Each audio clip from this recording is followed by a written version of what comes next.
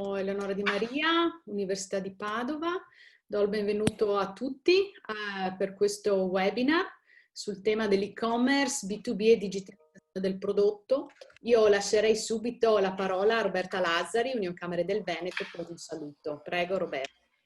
Buonasera a tutti, intanto ringrazio per la numerosa partecipazione anche di questo secondo webinar che abbiamo organizzato assieme all'Università di Padova, Dipartimento di Scienze Economiche e Aziendali e assieme anche alle Camere di Commercio del Veneto, e tale iniziativa rientra nell'ambito di una convenzione che abbiamo con la Regione nell'ambito della convenzione PMI ed è rivolta proprio a questo approfondimento dei processi di digitalizzazione delle piccole e medie imprese. Questa è un'attività che continua già dall'anno scorso, perché l'anno scorso è stato fatto un attento lavoro anche attraverso il laboratorio di manifattura digitale, dove è stato rilevato quali sono i lati positivi per quanto riguarda l'adozione di tecnologia digitale da parte delle piccole e medie imprese, però allo stesso tempo sono emerse delle criticità in merito proprio alla visione strategica dell'investimento nelle tecnologie e degli impatti organizzativi. Per cui questi webinar che noi stiamo organizzando fino ad ottobre poi vogliono proprio cercare di dare queste pillole di informazione attraverso questo breve introduzione da parte dell'Università di Padova e poi di casi concreti e dell'esperienza e di tutto ciò che fa anche il sistema camerale del Veneto per quanto riguarda il PID. E lascio la parola direttamente al professor Marco Bettiole per fare la sua introduzione e poi passare ai casi concreti. Grazie mille. Guarda, grazie Roberta, io lo giro subito la parola a Eleonora Di Maria che dà i saluti e fa anche un'introduzione poi al nostro webinar, quindi Eleonora lascio la parola a te. Grazie mille. Il tema che che dobbiamo affrontare oggi è quello legato alla digitalizzazione del prodotto, in modo particolare come le imprese, soprattutto nel contesto del B2B, ma anche poi rispetto al mondo più in generale dei mercati finali, può utilizzare il digitale come strumento per valorizzare la propria offerta, per cercare di superare tutta una serie di vincoli e di limiti che abbiamo visto sono emersi in maniera molto chiara anche durante il lockdown e durante la pandemia. Il mio intervento sarà molto, molto breve, con l'obiettivo semplicemente di creare il contesto rispetto al quale poi inserire i due casi, le due testimonianze che poi mi seguiranno. Un paio di numeri per quanto riguarda cosa è successo durante il lockdown. Abbiamo visto come la pandemia e come il Covid abbia in un certo senso posto fortemente l'accento sul tema del digitale, sulla possibilità di avere accesso alle informazioni, ma anche più in generale abbiamo visto come settori diversi abbiano avuto esperienze differenti. In questo grafico che vi porto, basato su analisi di Statista, emerge come in particolare in un confronto anche nei mesi scorsi rispetto all'accesso, l'utilizzo e il traffico online tra i diversi settori, con periodo di riferimento in particolare giugno, ci sia stata una dinamica molto diversa con alcuni settori, e penso al mondo del food ma anche al mondo del retail, che hanno visto un traffico molto maggiore, molto aumentato, per il fatto che appunto i cittadini, i consumatori ma anche le imprese si sono trovate naturalmente ad operare a casa. Settori come per esempio lo sport equipment ha avuto un picco in termini di traffico. Altri settori, penso al turismo, invece hanno sofferto di più e hanno avuto anche un calo ovviamente da un punto di vista del traffico. Più che il traffico mi interessa però sottolineare anche quelle che sono state le dinamiche da un punto di vista del commercio elettronico. Queste statistiche ci mostrano, io ne ho preso alcune, in realtà le analisi sono molto abbondanti, dimostrano come in particolare ci sia stata da un lato una forte attenzione del canale digitale come strumento per accedere ai prodotti, quindi è chiaro che in un contesto in cui la distribuzione fisica non diventa accessibile, il canale digitale diciamo così, è diventato lo strumento privilegiato, soprattutto nei mesi del lockdown, ma ha cambiato anche le modalità con cui i consumatori, più in generale i clienti, pensano all'offerta e alla possibilità di, diciamo, di accedere ai prodotti. Il mondo del food è quello che è stato più intensamente, diciamo così, coinvolto, ma anche i prodotti per la casa hanno avuto una forte crescita in termini di commercio elettronico, così come i prodotti per la persona. E questo per quanto riguarda il mondo soprattutto, diciamo, consumer, quindi il B2B. Se noi andiamo a guardare il B2C, il B2B, quindi soprattutto nell'ambito tra imprese, vi riporto due grafici di un'analisi che è stata condotta proprio durante il lockdown da McKinsey, che cerca di analizzare in modo particolare come nel corso, diciamo, della pandemia le imprese, soprattutto nei mercati industriali, si siano mosse nel raggiungere i propri clienti. Un dato che emerge è legato al fatto che diventa sempre più importante, da un lato, utilizzare il canale digitale come strumento di interazione, di supporto, quindi nel momento in cui il canale fisico impedisce, anche attraverso la rete di agenti, di poter avere un contatto diretto con i clienti, il supporto online diventa il canale più importante, quindi le imprese che già si erano attrezzate in questa direzione ovviamente sono state privilegiate anche in termini di competenze e di esperienze sullo strumento. Dall'altro però anche il commercio elettronico, i prodotti e i servizi iniziano ad essere venduti direttamente online, c'è un processo da un lato di disintermediazione, quindi con un'attenzione soprattutto per le imprese a controllare direttamente il canale. L'altro elemento però che emerge è che il digitale, le chiamano Digital Enabled Sales Interaction, cioè l'interazione attraverso il digitale, i canali digitali diventano un elemento molto importante nella costruzione di un rapporto con il mercato, e questo diventa tanto più evidente se lo riportiamo anche con le indagini che abbiamo fatto anche come laboratorio manifattura digitale nei mesi scorsi nel contesto italiano. Tanto più l'impresa anche in mercati internazionali, quindi al di là del mercato domestico, tanto più questo investimento sul digitale, la possibilità di interagire con i clienti a livello, diciamo, mediato dal web, diventa uno strumento per mantenere da un lato le relazioni già esistenti, ma anche per poter costruire nuove opportunità di business. Quindi in un certo senso la pandemia ha accelerato, reso più visibile quanto l'investimento nel digitale sia importante. Che cosa possiamo dire da un punto di vista del commercio elettronico e quali sono gli spunti che vorrei lasciare poi anche al dibattito?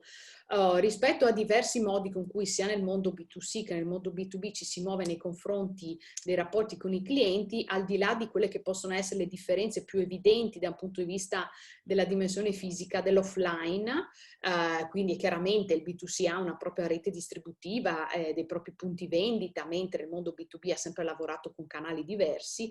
Nel mondo, diciamo, dell'online c'è un processo di convergenza in cui il sito web diventa canale di e-commerce, l'abbiamo visto prima, l'investimento sui social media diventa importante, la possibilità di costruire servizi che passano attraverso le app anche in funzione di visualizzazione dei prodotti, per esempio, rappresenta un elemento che tende sempre più a avvicinare il mondo B2B e il mondo B2C rispetto a un processo di convergenza che in parte era già in atto anche prima, diciamo, del Covid. Che cosa oggi in qualche modo la pandemia ha lasciato e quali sono gli spunti, anche le sfide, no, del contesto dell'e-commerce, anche nel mondo post-Covid, quello che qualcuno chiama il new normal, sarà in realtà uno spazio fortemente ampio di innovazione. Il primo è che l'e-commerce ha visto in molte esperienze un enorme successo, e questo però, diciamo, richiede di dover combinare da un lato la possibilità di utilizzare i canali digitali per sostenere la propria crescita da un punto di vista, diciamo, del fatturato, quindi il canale consente di raggiungere nuovi clienti, le imprese hanno un'esperienza di picchi di ordini anche quotidiani. Questo soprattutto durante il lockdown si è scontrato con un rallentamento dal punto di vista delle forniture, quindi l'idea di riuscire ad allineare, diciamo così, le opportunità del commercio elettronico con gli approvvigionamenti rappresenta un elemento assolutamente critico. Secondo tema che riguarda anche il mondo soprattutto del business to business, la possibilità di ottimizzare i portali, più in generale la presenza sui siti web, in modo tale da consentire ai clienti, in un'ottica appunto di interazione a distanza, di poter gestire ordini complessi, quindi non si tratta solo di avere dei cataloghi diciamo semplici in cui il cliente sceglie, ma la possibilità di utilizzare il canale digitale, i portali e-commerce per aiutare a costruire magari soluzioni complesse, ad acquistare prodotti che molto spesso sono modulari o che devono essere in qualche modo configurati. Il terzo elemento è che in realtà questo lo si vede insomma da più tempo, oggi non c'è più una netta distinzione tra online e offline, si parla di omnicanalità, di diciamo così, di non più una separazione ma proprio una continuità tra il mondo online e il mondo offline. Questo lo si vede diciamo, nei punti vendita, ma lo si può vedere anche all'interno del contesto dei clienti, diciamo del mondo B2B, e quindi oggi una sfida dell'e-commerce è quello non soltanto di costruire un contesto all'interno del quale vendere in maniera ottimale i prodotti, ma gestire un'interazione con i clienti a distanza nelle fasi pre-sale e anche magari nella fase poi post-vendita. Su questo l'investimento, e quindi il tema di oggi, dei contenuti digitali e della digitalizzazione del prodotto diventa importante, sia per consentire soprattutto a clienti, e questo l'abbiamo visto durante il Covid, che non possono avere accesso ai prodotti, non possono entrare in azienda per visitare gli showroom, non hanno la possibilità di avere un contatto col prodotto, di arricchire l'esperienza sul prodotto a distanza, questo ovvero sia online ma anche in maniera integrata con lo store. La possibilità di poter costruire servizi personalizzati, oggi si parla di prodotti su misura, quindi in che modo il commercio elettronico può aiutare le imprese, scusate, e anche i clienti più in generale, a poter conoscere le potenzialità di configurazione ma anche proprio di definizione a distanza di prodotti personalizzati, e quindi le soluzioni possono riguardare, come vedremo tra poco, per esempio, soluzioni di realtà virtuale, ma anche la possibilità di integrarle con la videoconferenza, con tutta una serie di soluzioni che oggi, che diciamo che l'esperienza Covid ha consentito di sperimentare. I cataloghi dovrebbero diventare sempre più appunto interattivi, immersivi, in cui c'è questa possibilità per il cliente di avvicinarsi, e quindi oggi uno degli ambiti interessanti che vedremo in particolare nelle nostre testimonianze, in particolare penso al contesto diciamo che ci presenterà poi Ukido, è quello di utilizzare le tecnologie come strumento per avvicinare questo prodotto, per renderlo visibile ma in maniera arricchita, quindi sia attraverso la realtà virtuale, quindi la possibilità di ricreare dei mondi in chiave digitale, una funzione invece di realtà aumentata in cui il fisico e il digitale invece diciamo sono due facce della stessa medaglia, no? Quindi un'interazione tra due ambiti che però arricchisce il processo di acquisto, ma più in generale il processo di interazione col prodotto e con l'azienda. Questi sono alcuni elementi che lascerei alla discussione, e passo la parola a Marco Bettiol per il proseguo del webinar. Grazie. Grazie Eleonora, grazie per l'introduzione. Penso che molti dei temi che tu hai toccato saranno poi anche ripresi che abbiamo qui con noi oggi, che già vi presento. Sono Cristian Pegoraro di Bottega 9, con un'azienda che produce ceramiche a 9, quindi vicino a Vicenza, e poi Martina Mantoan di Ukido, che è l'azienda appunto che lavora sulle tecnologie avanzate, poi ci presenteranno i loro risultati. Devo dire che oggi il tema anche per molto Made in Italy è quello di iniziare a discutere di come vendere online, soprattutto nel mondo B2B.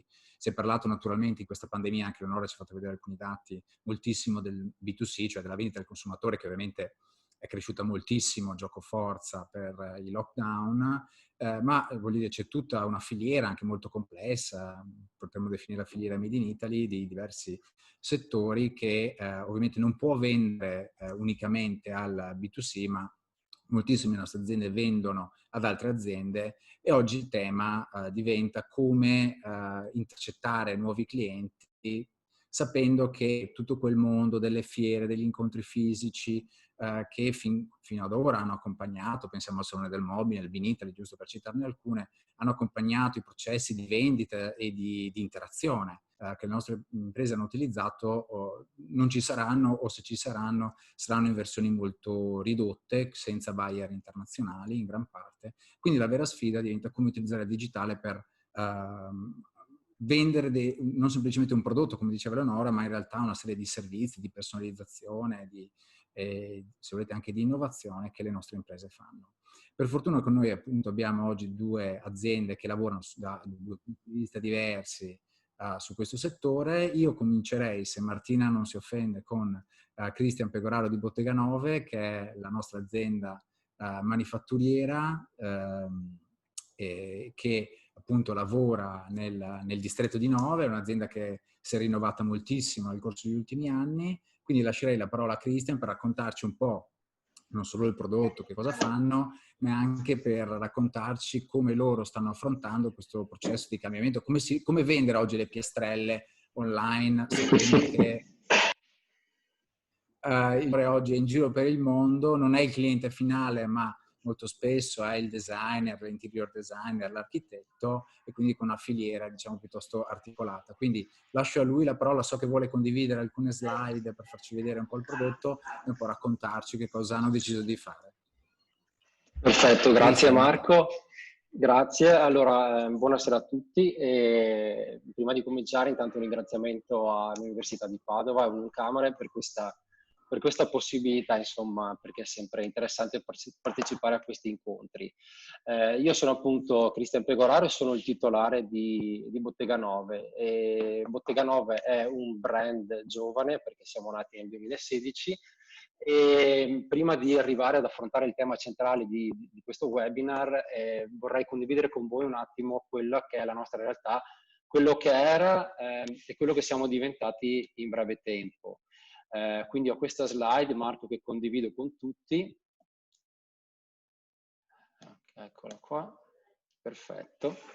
Allora, questa è un po' quello che eravamo fino a qualche anno fa. La foto di sinistra è la vetrina del nostro negozio, ancora attuale, però molto diversa adesso, come era nei primi anni 70. E a destra alcuni dei prodotti che facevamo, quindi questi nel caso sono vasi farmacia, però il prodotto principale che veniva fatto era appunto la ceramica bassanese, no? Quindi il piatto decorato con il fiore piuttosto che appunto il vaso farmacia, o comunque tutto quello che era l'oggettistica in ceramica decorata a mano. Questo lo siamo stati dal 64, quando mio nonno ha fondato appunto il laboratorio, fino se vogliamo, al 2015, quindi un bel po' di anni. Siamo stati molto fortunati perché non si parlava assolutamente di filiera complessa, perlomeno negli anni 70-80, ma era una filiera molto semplice. Era un B2C, se vogliamo, perché eravamo così fortunati che i clienti venivano a suonarci alla porta, non dovevamo tanto cercarli. Oppure c'erano un paio di fiere sempre qua in Italia, molto comode, e i clienti venivano là, si prendevano gli ordini per i 6 mesi seguenti e si è andato avanti così in una situazione felice e anomala, se vogliamo, per un bel po' di anni fondamentalmente. Poi per tutta una serie di motivi che sappiamo a partire dal 2000, insomma, con l'euro, globalizzazione e quant'altro, ma non soltanto questo, principalmente per la mancanza di innovazione, abbiamo cominciato, non soltanto noi, ma un po' tutto il settore, a soffrire, perché chiaramente un prodotto che da 30 anni è sempre lo stesso è difficile da continuare a proporre nel mercato e ad avere qualcuno che lo voglia acquistare. Quindi ho iniziato nel 2014, io sono entrato in azienda nel 2011, azienda, laboratorio in cui c'eravamo io, mio papà e mio zio, insomma in 3 persone, no? Un laboratorio artigianale. E sono entrato nel 2011 e a partire dal 2014, dopo un po' di anni di studio proprio sulla tecnica ceramica, ho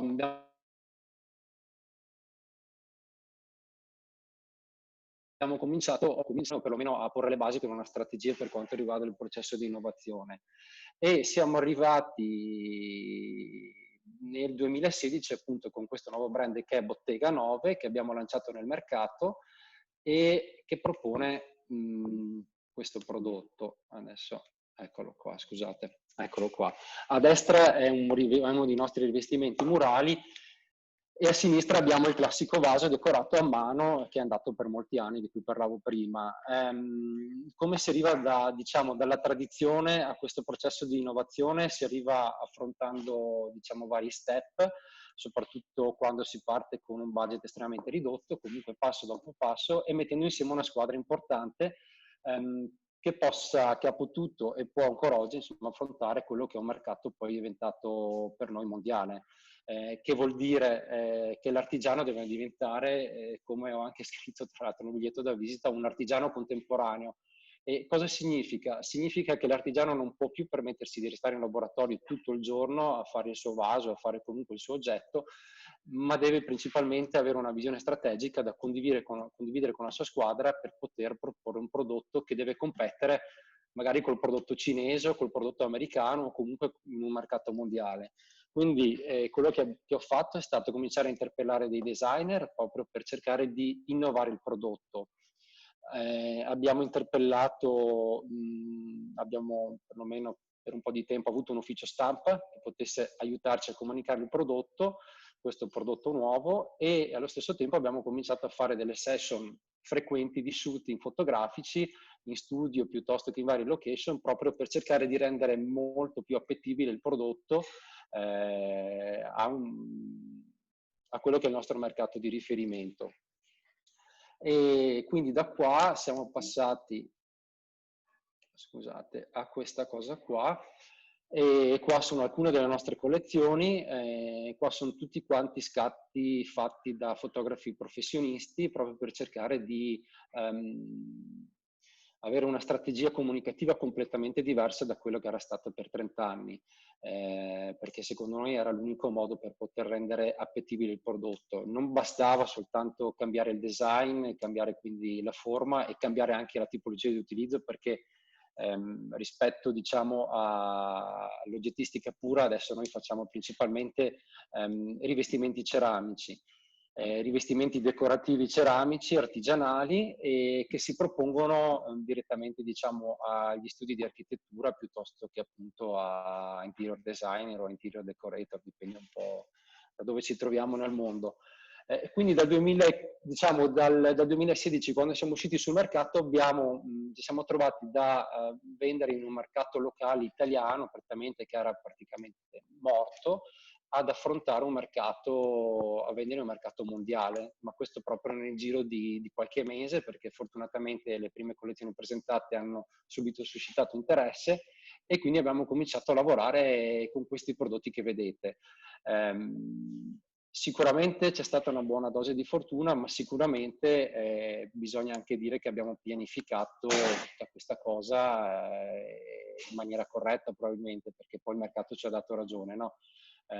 Quindi proprio, diciamo, questo cambio di visione totale per poter poi presentare i prodotti in un linguaggio contemporaneo, pur rimanendo un prodotto prettamente artigianale, può essere tranquillamente, e lo facciamo, diciamo, inserito in progetti molto importanti. Ci presentiamo in studi di architettura a livello mondiale, perché vendiamo un po' ovunque nel mondo, fortunatamente, e per far questo diciamo che c'è appunto bisogno di questa strategia, di questa diciamo di questo cambio comunicativo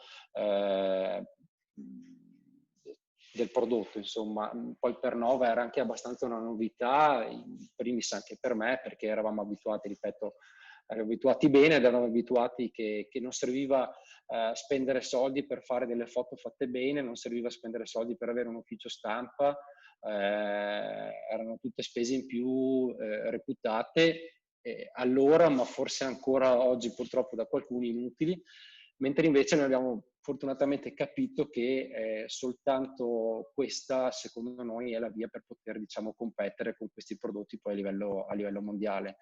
Vi faccio vedere ancora brevemente alcuni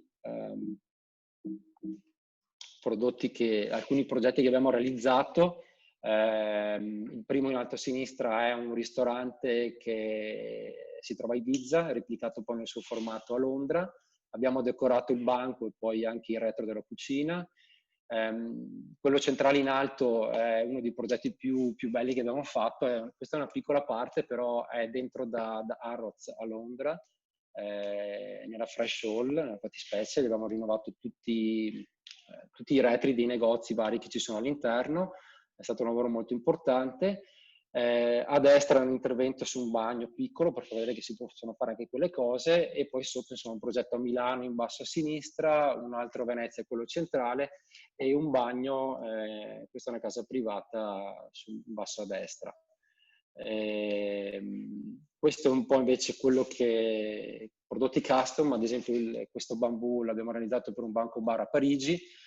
In alto a destra invece è una sauna realizzata con un micro mosaico, una finitura particolare molto preziosa. In basso a destra alcuni vasi abbastanza importanti perché sono alti 1,40 m, che abbiamo realizzato su commissione. E invece in basso a sinistra è quello che un po' rappresenta il nostro futuro, è la complessità maggiore che abbiamo affrontato adesso in un progetto, un rivestimento in copertura in facciata con delle piastre che abbiamo realizzato ad hoc, che vedete centrali in basso. Quindi ecco, questo per farvi un po' capire quello che facciamo. Cristiano, posso farti una domanda? Allora, molti di questi progetti che ci hai fatto vedere sono progetti complessi che richiedono mesi per essere messi a punto, no? Sì. Ecco, questa cosa oggi, fatalmente prima magari ci si poteva incontrare da qualche parte, oggi questa cosa si fa online, no? Quindi come avete reagito un po' anche alle richieste, alla gestione di questi progetti, un mondo post-lockdown? Allora, abbiamo reagito innanzitutto utilizzando proprio lo strumento che stiamo utilizzando oggi, quindi Zoom, quindi queste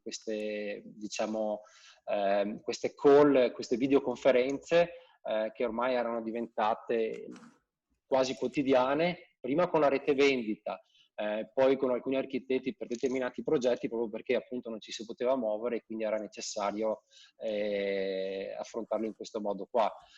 Diciamo che questo ci ha convinto, perché lo avevamo già in progetto prima, sempre più di quello che dicevamo prima, no? Cioè di quello che diceva Leonora prima, e cioè di questa necessità di interagire sempre più via web, per vari motivi, non soltanto legati appunto a una impossibilità di muoversi, ma proprio perché banalmente è anche un risparmio di costi per l'azienda, se vogliamo, no? Mi è capitato a volte l'anno scorso di dover andare su a Parigi o a Londra in un paio di giorni perché c'era un meeting e bisognava prevedere il prodotto. Se invece ci fosse questa possibilità, e c'è, e vogliamo sfruttarla, ma diciamo che ci stiamo lavorando e dovremo arrivarci a fine novembre o al massimo i primi dicembre, se fosse questa possibilità di far vivere proprio, nel nostro caso, appunto gli architetti o gli interior designer, questa realtà aumentata, no? Io faccio vedere il mio prodotto a schermo esattamente come uno poi lo potrebbe percepire nella realtà, che risparmio di tempo e di costi sarebbe enorme per l'azienda. Nel caso in cui appunto ho un appuntamento, ma nel caso in cui invece devo promuovere il prodotto, a maggior ragione diventa un argomento di vendita fondamentale. Diventa uno strumento di vendita per la nostra rete commerciale, perché sicuramente non si può prescindere da una rete commerciale. Questo non vuol dire che si va ad eliminare l'incontro fisico o di persona, assolutamente. Deve essere qualcosa che va, secondo noi, a coadiuvare un po' questi incontri, no? Vuoi appunto per il caso del Covid, vuoi perché appunto a volte ti permette magari di ottimizzare costi e tempi che diventano sempre più risorse da ben misurare fondamentalmente. Quindi noi, ecco, con il sito web che abbiamo attualmente, che l'abbiamo tra l'altro fatto inizio dell'anno scorso, non lo guardo neanche più perché l'ho rapito vecchio, assolutamente. Ce l'abbiamo là, volevo sospenderlo, ma mi hanno un po' bocciato l'idea perché una cosa che non mi piace più, piuttosto che vederla così la sospendo. Comunque abbiamo già la struttura del nuovo sito web e sarà proprio uno strumento che permetterà di interagire in tempo reale gli architetti con quelle che sono le domande che fondamentalmente arrivano via mail adesso oppure per telefono, no? Se invece abbiamo questo strumento qui che fornisce già tutte le risposte, che diventa appunto non una vetrina, ma comunque un luogo, diciamo, virtuale dove si possono vedere dettagliatamente i prodotti, si possono dettagliatamente utilizzare, non so, stiamo pensando noi ad esempio a un configuratore virtuale. lavoriamo con centinaia di colori e questo ci sta un po' rallentando su questo configuratore, però è un'idea che stiamo portando avanti, no? Tutti questi strumenti che abbiamo a disposizione secondo noi vanno sfruttati a pieno, insomma. Fortunatamente poi quest'anno, a discapito del Covid, il nostro fatturato è aumentato in maniera esponenziale, vuoi perché forse abbiamo lavorato prima, vuoi perché per esempio noi a livello di social media usiamo soltanto Instagram, Facebook l'abbiamo eliminato, Instagram è un canale che utilizziamo tantissimo e che ci porta lavoro. E all'inizio lo curavo io, adesso è ormai più di un anno che abbiamo una persona che segue soltanto questa cosa qua, cioè deve trovare delle foto, deve fare delle foto, deve comunque collaborare con i fotografi che normalmente lavorano con noi per fare dei post, perché un post per noi fatto bene su Instagram intanto richiede anche un paio di giorni di lavoro, se vogliamo, e poi diventa un argomento di vendita, perché a seguito di una foto fatta bene, di un progetto presentato in un modo interessante, o di un colore nuovo, di combinazione di colori, vediamo che a seguire a quello nei giorni seguenti arrivano proprio richieste sia su Instagram stesso, sia via mail, che ci mandano magari lo screenshot di quello che hanno visto su Instagram.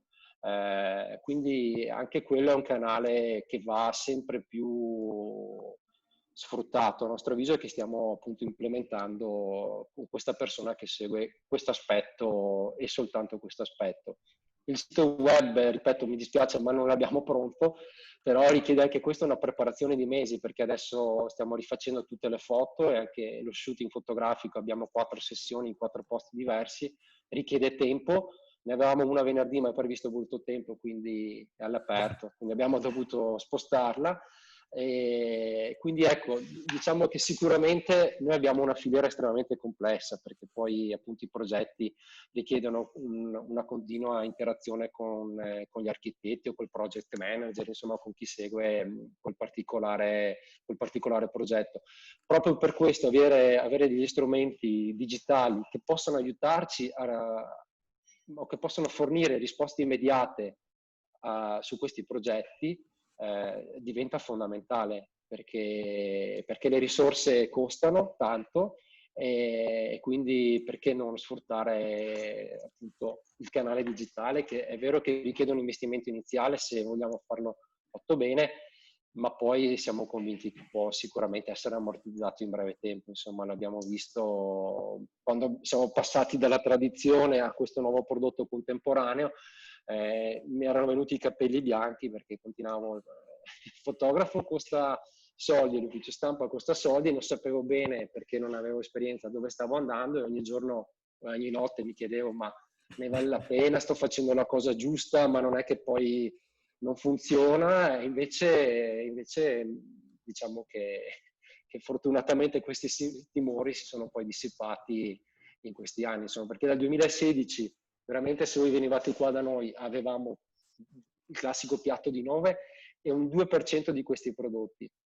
Adesso ad oggi abbiamo 100% di questi prodotti, non riusciamo neanche a rispettare i tempi purtroppo a volte di consegna, e siamo in 8 persone, quindi siamo in 8 persone, abbiamo liquidato il socio che avevamo al tempo che era appunto mio zio, siamo quindi io adesso e mia moglie che lavora qua e altre 8 persone che sono fisse qua da noi, poi abbiamo dei fornitori dedicati, quindi questo voglio dire significa che probabilmente è la strada giusta, no? Un prodotto contemporaneo realizzato con chi lo deve disegnare, che a nostro avviso sono appunto i designer, presentato nella maniera corretta a livello digitale, e poi ovviamente anche la rete commerciale fisica serve, questo è chiaro, però posso dirvi che secondo me un buon 40% degli ordini che arrivano adesso arrivano per interazioni che partono magari proprio o dal sito web o dal canale Instagram. Ecco, allora, Christian, grazie. Penso che tu abbia grazie a voi. Vendere anche un prodotto complesso come questo, si parte da Instagram, poi si passa al sito, poi si interagisce magari su un file 3D, sulla progettazione condivisa, perché ormai questo si fa anche un configuratore di prodotto. Io adesso passerei la parola a Martina Mantoan di Ukido. Ukido è una società di Padova, adesso sei anche a Milano, ma insomma orgogliosamente nata a Padova, che lavora insomma da un po' di tempo sul tema della realtà virtuale, realtà aumentata, ha realizzato diversi progetti e stanno lavorando molto diciamo, potremmo parlare su una nuova versione del catalogo che non è più bidimensionale ma diventa tridimensionale, per aiutare anche la nostra impresa, molto bene Christian, come far vedere, no, la qualità di un prodotto magari artigianale a distanza, magari a qualcuno che sta dall'altra parte del mondo, che è curioso, vuole capire bene i dettagli. E quindi oggi ci sono degli strumenti che sono molto migliorati nel tempo, e Martina ci presenta un po' alcune di queste soluzioni che Ukido è in grado di offrire, quindi la parte un pochettino più tecnologica. Quindi passiamo dall'artigianato adesso alla tecnologia con Ukido. Martina, a te so che vuoi condividere lo schermo. Sì, assolutamente. Intanto buongiorno a tutti e grazie mille per aver invitato Ukido. Vi condivido delle slide per raccontarvi e farvi vedere quello che facciamo. Mi piaceva l'idea di rendere questo webinar un po' interattivo, quindi poi dovrete fare anche voi qualcosa. Fatemi sapere se vedete la presentazione. La vediamo, la vediamo. Ok, ottimo. Allora, cosa fa Ukido? Ci occupiamo di progettazione e poi sviluppo software. Per software io intendo tutto quello che è piattaforme web, applicazioni mobile ed esperienze immersive. Ho parlato di progettazione perché per noi è fondamentale, prima di iniziare a scrivere qualsiasi riga di codice, pensare alla struttura, quindi disegnare anche insieme ai nostri clienti quello che sarà il software, quindi il progetto digitale che andremo a creare insieme.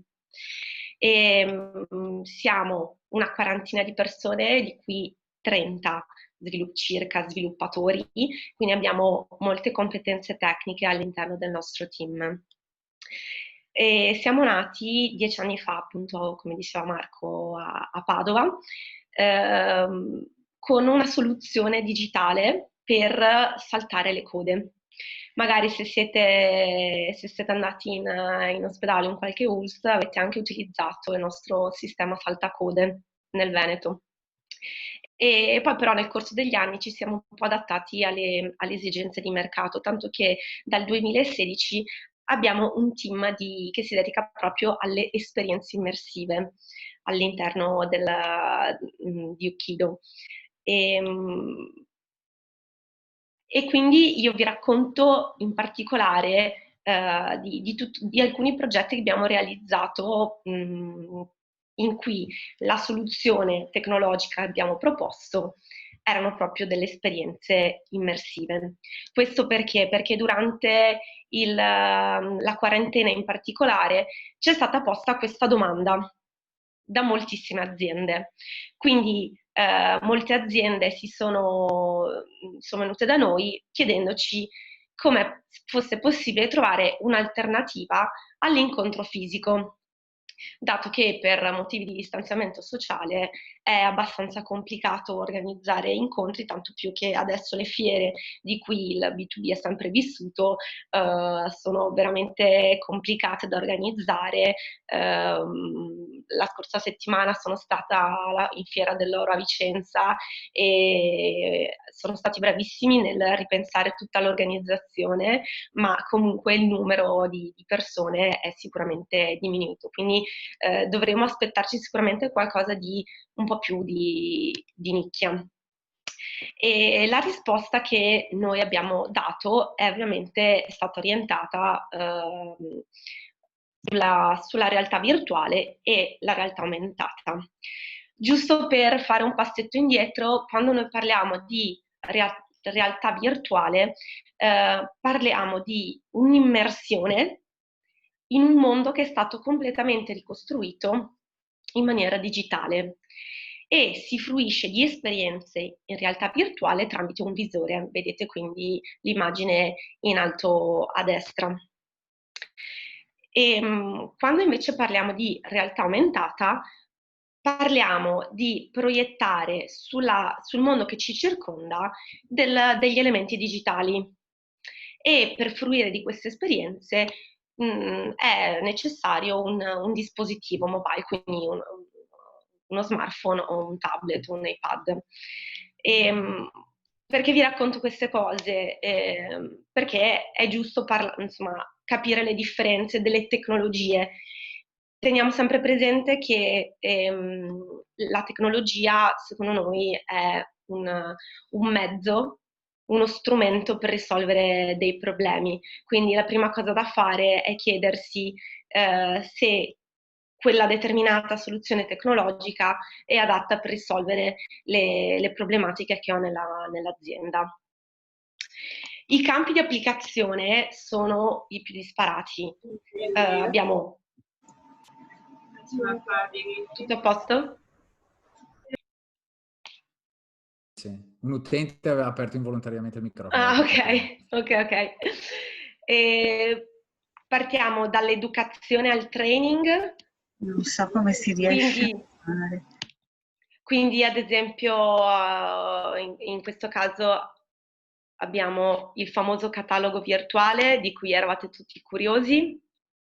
In questo caso abbiamo realizzato un progetto per Safilo, rendendo virtuale i prodotti, quindi gli occhiali. Sulla sinistra vedete che la differenza tra i due prodotti, quindi quello vero e quello digitale, è quasi difficile da individuare. E questi prodotti virtuali li abbiamo poi inseriti all'interno di un'applicazione mobile che funge da catalogo. Quindi la forza vendite di Safilo adesso ha uno strumento di questo non tipo. riesco ad abbassare. Per andare dai propri clienti, quindi dagli ottici piuttosto che dai negozi, per proporre i prodotti, e ovviamente non deve più portarsi in giro per i viaggi, insomma, Martina, presso. giusto per vedere se abbiamo sbagliato, quello virtuale di destra, giusto? Sì, è quello rosa. Ok.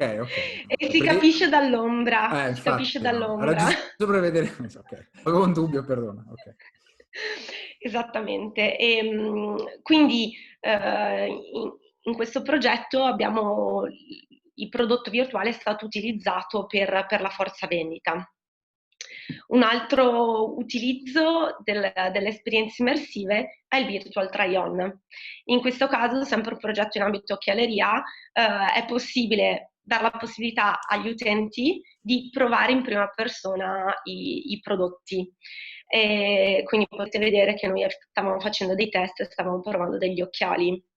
E questo determina un coinvolgimento dell'utente che è veramente, veramente importante. L'utilizzo delle esperienze immersive, secondo alcune ricerche di fine 2019, segna che un utente che può vedere il prodotto virtuale da un e-commerce è più portato ad acquistare 11 volte tanto. Quindi perché? Perché è coinvolto, quindi sono strumenti che permettono di appunto coinvolgere l'utente, che per quanto sia B2B o B2C, comunque in fin dei conti è sempre una persona che prova delle emozioni. Altro metodo di utilizzo, appunto, l'e-commerce. In questo caso abbiamo una scarpa. La cosa interessante dei prodotti virtualizzati è che possono essere inseriti in veramente molti contesti, quindi in questo caso sono stati inseriti all'interno di un e-commerce, e la cosa curiosa è che siamo riusciti ad arrivare a questo risultato partendo da delle foto. Quindi so che molto spesso anche parlando insomma, di manifattura, non è facile avere i progetti 3D, quindi magari in CAD, dei prodotti. Ecco, sappiate che c'è la possibilità appunto di arrivare ad un risultato di questo tipo anche partendo da delle foto. E questo ovviamente amplia un po' la possibilità di trasformare i propri prodotti da appunto fotografie a prodotti digitali e virtuali di questo tipo. E parlando di Fashion Week che inizia oggi, le esperienze immersive, in realtà aumentate in questo caso, possono essere utilizzate anche durante gli eventi. Vedete che si possono quindi portare gli utenti a scoprire magari elementi di fashion tramite lo schermo di un dispositivo. Insomma, i campi di applicazione sono veramente molti. Mi aggancio a quello che ha detto prima Christian. Prima Christian, quando parlava del suo sito web, ha sottolineato il fatto che c'è bisogno di molta progettazione alla base, quindi di definire la struttura per andare ad anticipare quelle che saranno le richieste degli utenti che poi andranno a finire nel suo sito web. Ecco, possiamo prendere lo stesso concetto. Anche quando parliamo di esperienze immersive, l'importante è comunque domandarsi dove vogliamo mostrare questi prodotti e quindi il perché, a cosa ci possono tornare utili. Tutte le esperienze che vi ho fatto vedere hanno in comune un punto di partenza, ovvero la virtualizzazione dei prodotti. È importantissimo, adesso come adesso, iniziare a costruirsi una libreria di prodotti digitali. Quindi, oltre al catalogo delle foto di cui parlava prima Christian, adesso possiamo anche iniziare a collezionare una libreria appunto di prodotti virtuali. E una volta che noi abbiamo i nostri prodotti virtuali, possiamo poi decidere di utilizzarli in n modi e con n strumenti. Possiamo utilizzarli su Instagram creando degli effetti interattivi per aumentare l'intrattenimento, possiamo utilizzarli nel nostro sito web, possiamo appunto creare il nostro catalogo virtuale, possiamo addirittura realizzare un'applicazione ad hoc per poi mostrarli. Insomma, l'importante è capire che il punto di partenza è unico per tutte queste soluzioni, tutti questi prodotti digitali.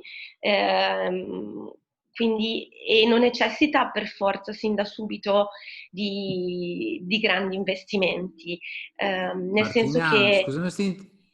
Martina, scusami, ti interrompo, ci sono Sì. già alcune domande proprio specifiche in merito a questo punto.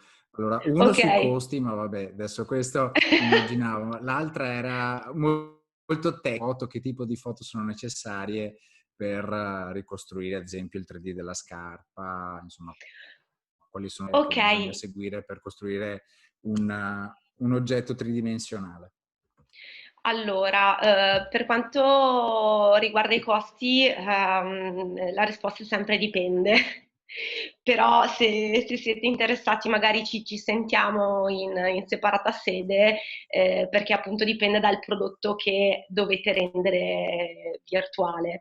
E per quanto riguarda invece la realizzazione dei prodotti virtuali, come dicevo prima, o si parte da un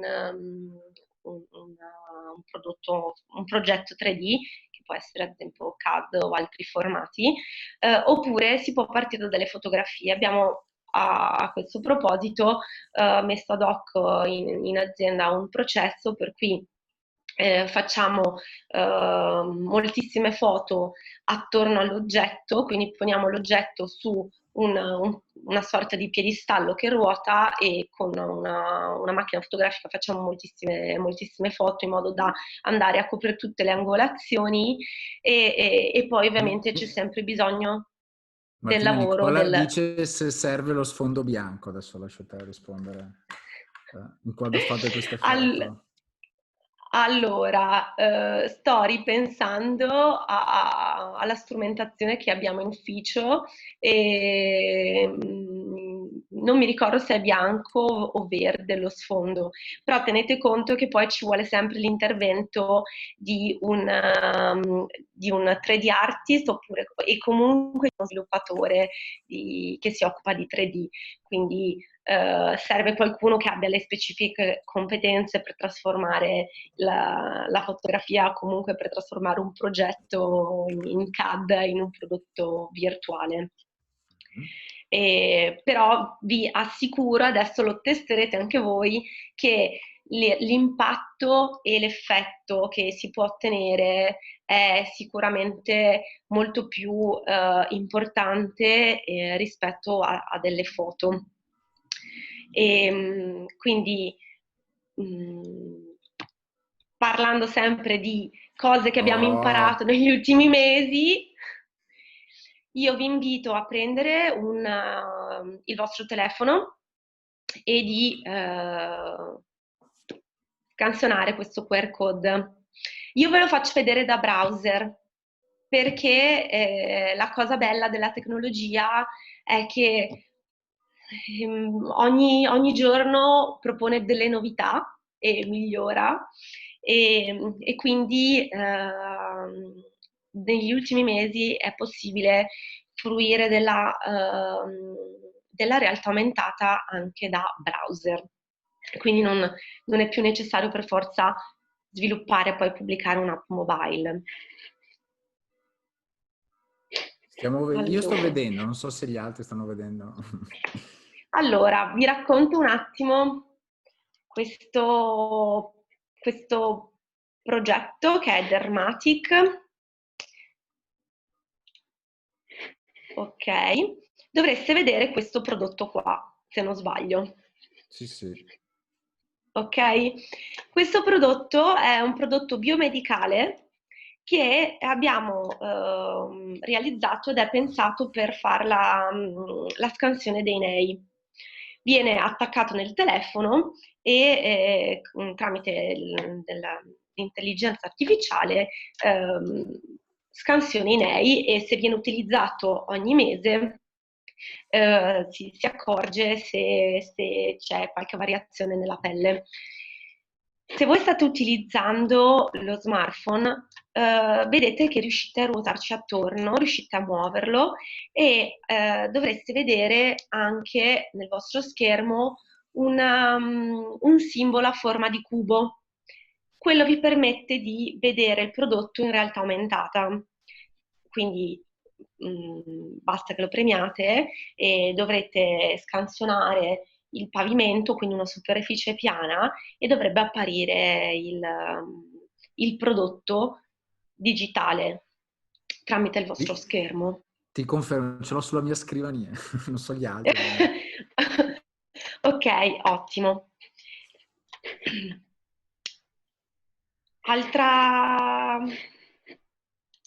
Altro prodotto successivo, sempre per rimanere in tema scarpe.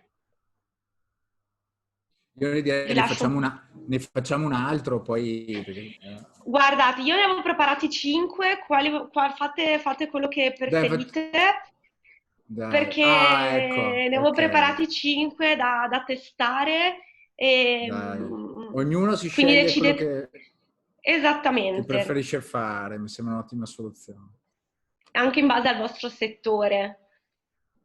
Quindi abbiamo un'esperienza con le scarpe che sono state realizzate tramite la fotogrammetria, una valvola che se la state scansionando, so che magari non è interessantissima una valvola, però andate a vedere il dettaglio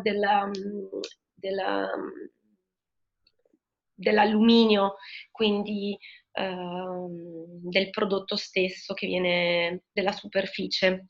Anche lì c'è un movimento, nel senso che se dallo schermo del telefono premete il pulsante di avvio si muove una parte della valvola. E se invece scegliete gli occhiali... Martina, sì? scusami, Vittorio chiede se c'è un limite fisico nella dimensione degli oggetti da fotografare, quindi oggetti più grandi come le poltrone possono essere comunque gestiti con questa tecnologia. Assolutamente no, abbiamo anche una demo fatta con una poltrona piuttosto che il tavolo in marmo, che è abbastanza grande. Quello che viene proiettato poi in realtà aumentata è sempre a misura a misura 100%, quindi si riescono anche a capire le misure del prodotto e si riescono anche a testare in un ambiente. Quindi non c'è il limite.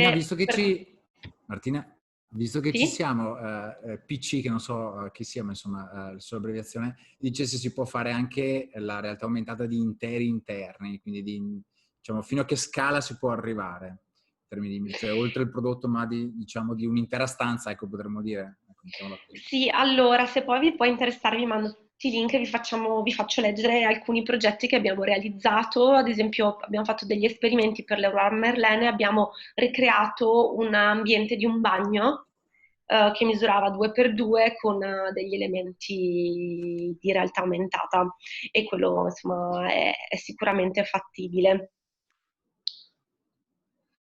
Ok, direi grazie Martina, io mi sono divertito tantissimo nel fare questi scanner, li ho provati tutti, quindi nel frattempo che tu parlavi li ho potuti provare tutti. Devo Bene, mi dire fa molto... piacere, mi fa assolutamente piacere. E, insomma, quello che spero sia passato è che gli strumenti digitali ci sono tutti. L'importante è riuscire a capire quale faccia al caso della mia azienda, quindi quale sia adatto alle mie esigenze, e capire soprattutto se i miei utenti, quindi i miei clienti, siano in grado di adottarlo, questo nuovo strumento digitale che potrebbe facilitarmi la vita. Allora, grazie Martina, vedo che abbiamo già comunque raccolto le belle domande, abbiamo interagito un po'. Io a questo punto lascerei la parola a Rossella Becchelli della Camera di Commercio di Venezia per poi raccontarci quali sono le iniziative sul mondo digitale, le Camere, la Camera di Commercio di Venezia stanno mettendo a punto a partire dall'accordo con eBay. Io quindi lascerei la parola a Rossella, che so che è lì in ascolto. Spero che attivi il microfono. Sì, l'ho già attivato, spero che mi Ok. sentiate. Ok, Rossella, Vorrei adesso io condividere. ti rendo co-host, puoi condividere. Prego. Sì, allora buongiorno a tutti. Vorrei condividere meglio, ma più di così non mi viene. No, metti in modalità presentazione, in basso. Ok, va benissimo così, da là. Sì, sì, perfetto. Ce la fate a vedere? O da lì, sì. No, un po' più a destra, se fai il link un po' più no, dall'altra parte. Ancora un po'. Ancora due, esatto. L'altro ancora. Ok, quello là, perfetto. Sì, sì, quello indietro. Perfetto, vai. No, esatto, vai. Oh là, ce l'abbiamo fatta. Perfetto. Mancava la prova Prego.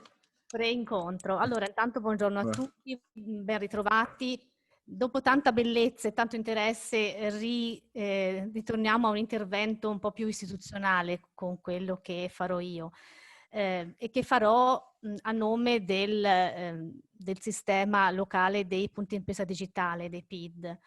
Innanzitutto grazie perché il coinvolgimento dei PID in questo progetto ci permette di farci conoscere. Volendo dare una definizione molto sintetica, i PID sono in realtà la risposta del sistema camerale alla richiesta del Ministero dello Sviluppo Economico di creare dei punti informativi e di assistenza alle imprese nei processi di digitalizzazione. Quindi in queste occasioni noi abbiamo l'opportunità di farci conoscere, di presentare i nostri servizi, che vi invito ad approfondire e a scoprire visitando le pagine dedicate nei siti camerali.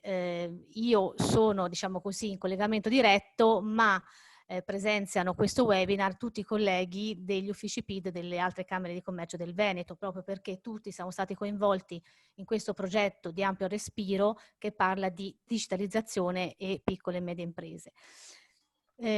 In continuità, diciamo così, con il tema del webinar odierno, io vorrei illustrarvi 2 progetti che sono promossi a livello nazionale e che in un'ottica di sistema i PID contribuiscono a diffondere a livello territoriale.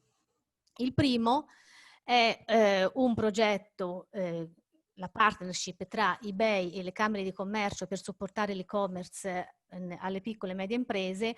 In realtà è già stato presentato nell'occasione di un precedente webinar, ma abbiamo pensato di riproporlo in quanto attinente alle tematiche affrontate in questo incontro, e soprattutto è un progetto aperto fino alla fine dell'anno, fino al 31 dicembre, quindi abbiamo l'opportunità di promuoverlo ancora a beneficio di chi non ha potuto ancora conoscerlo perché magari non ha partecipato al precedente incontro.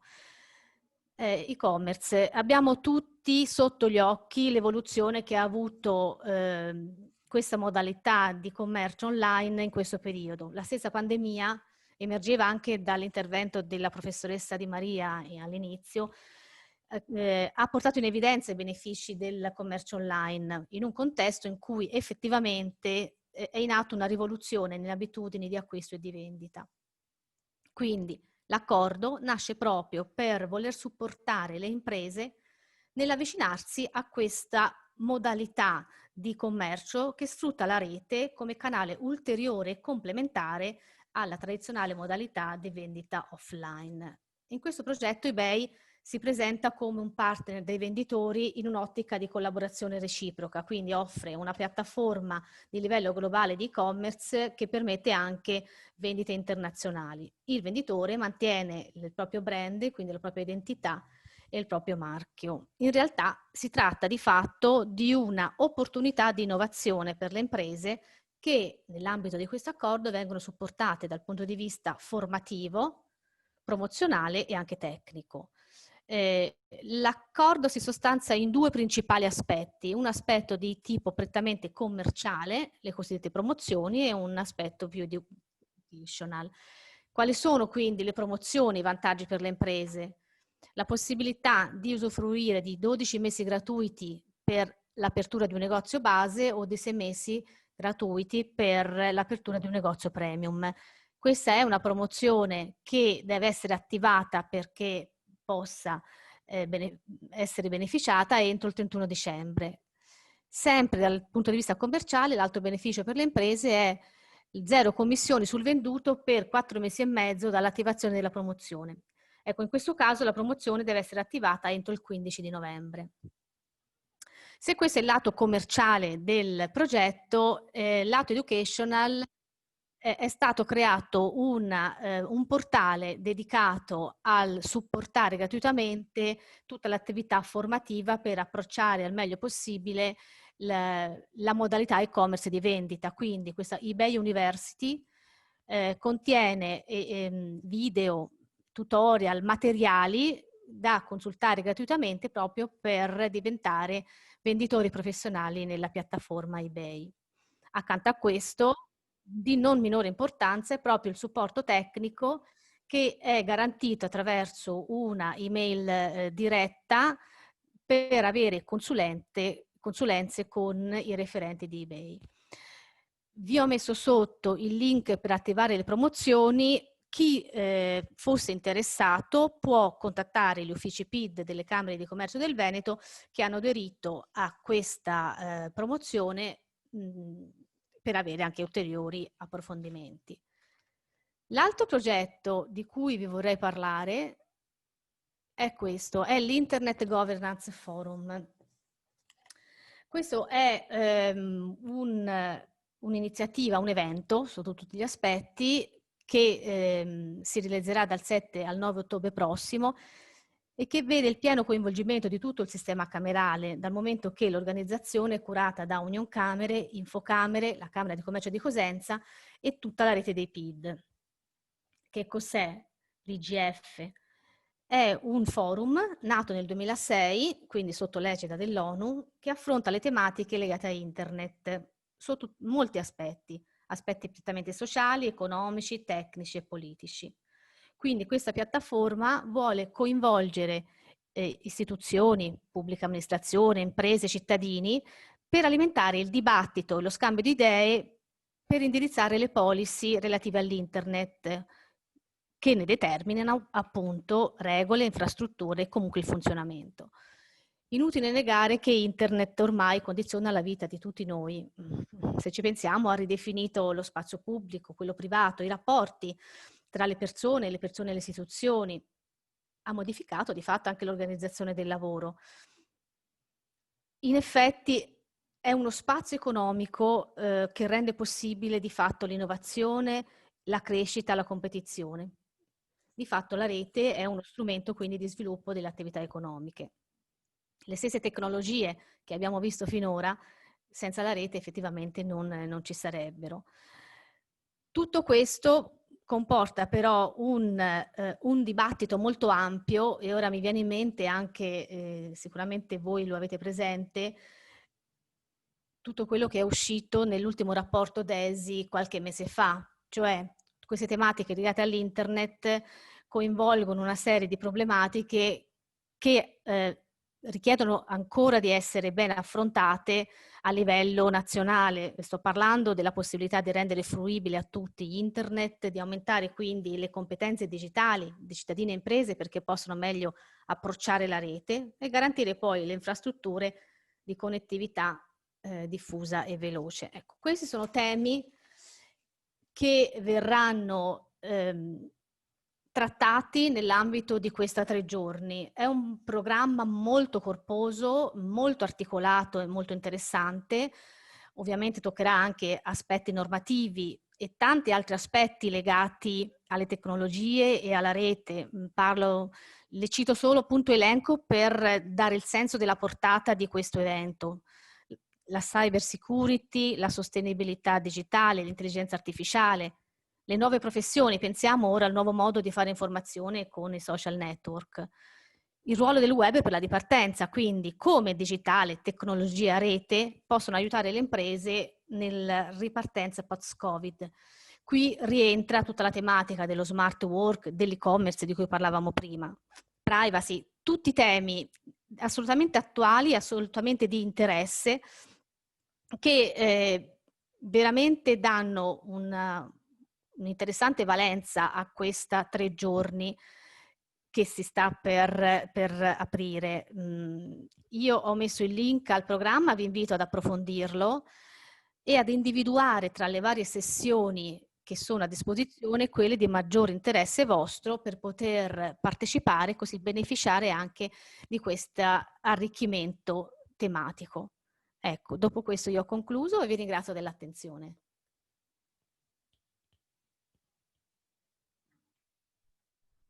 Grazie Rossella, io adesso lascerei la parola a Eleonora Di Maria per delle conclusioni. Naturalmente se voi avete delle domande siamo a disposizione, prego.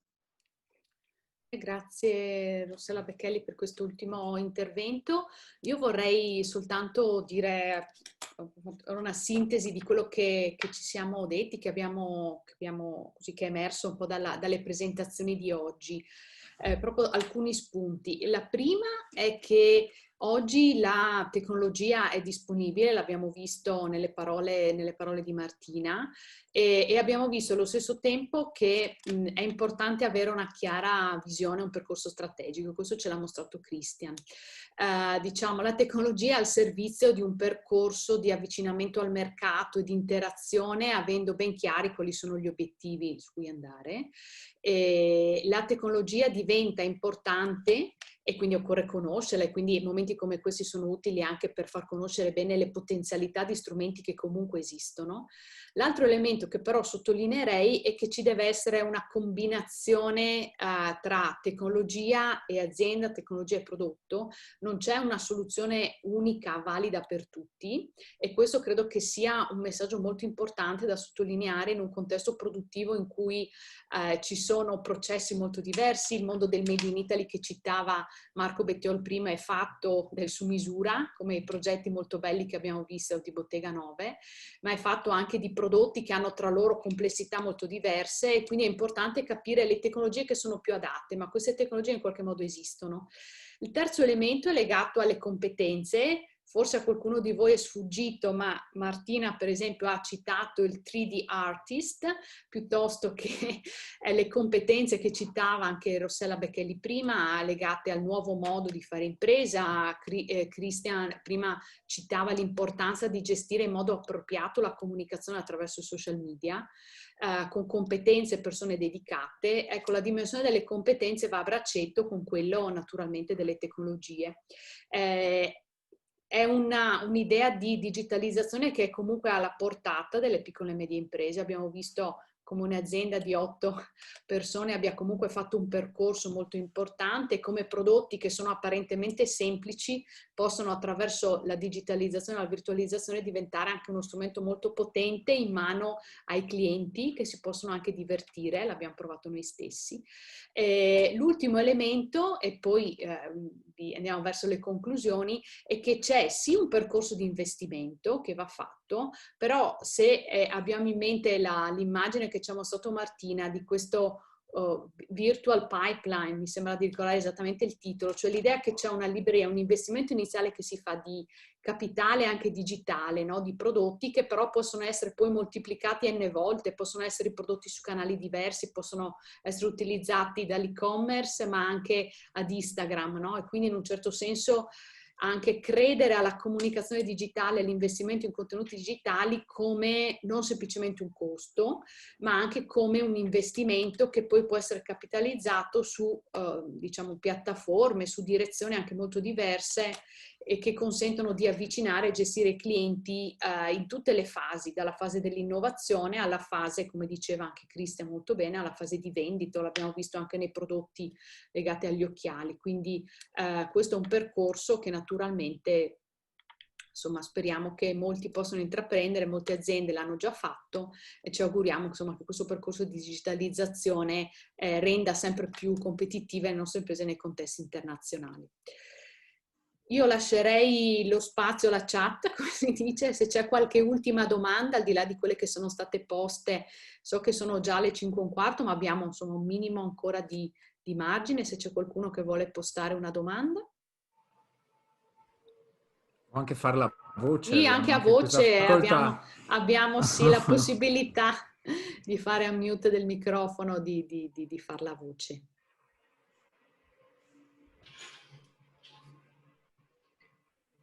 Ok, Antonio si complimenta. Bene, allora se non ci sono altri interventi, io vi ricordo comunque, anche per chi poi magari non diciamo, è interessato a tutti i materiali, che il webinar è registrato, ma soprattutto metteremo a disposizione anche i materiali, quindi le presentazioni che sono state utilizzate dai nostri relatori, e anche le mie naturalmente saranno poi messe a disposizione tutti i canali, naturalmente quindi chi si è registrato poi ha la possibilità di chiederle.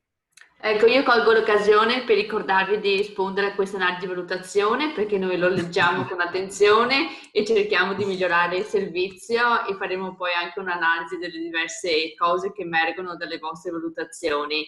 E colgo l'occasione per ringraziare i relatori e anche i partecipanti, e vedo con molto piacere che l'interesse c'è e dunque la strada che abbiamo intrapreso è quella giusta. Grazie ancora. Grazie a tutti, Grazie. Appuntamento al 7 ottobre con il prossimo webinar. Sul 3D. Grazie. Grazie. Grazie. Ciao, ciao, ciao. Grazie a tutti. Ciao, Grazie. ciao.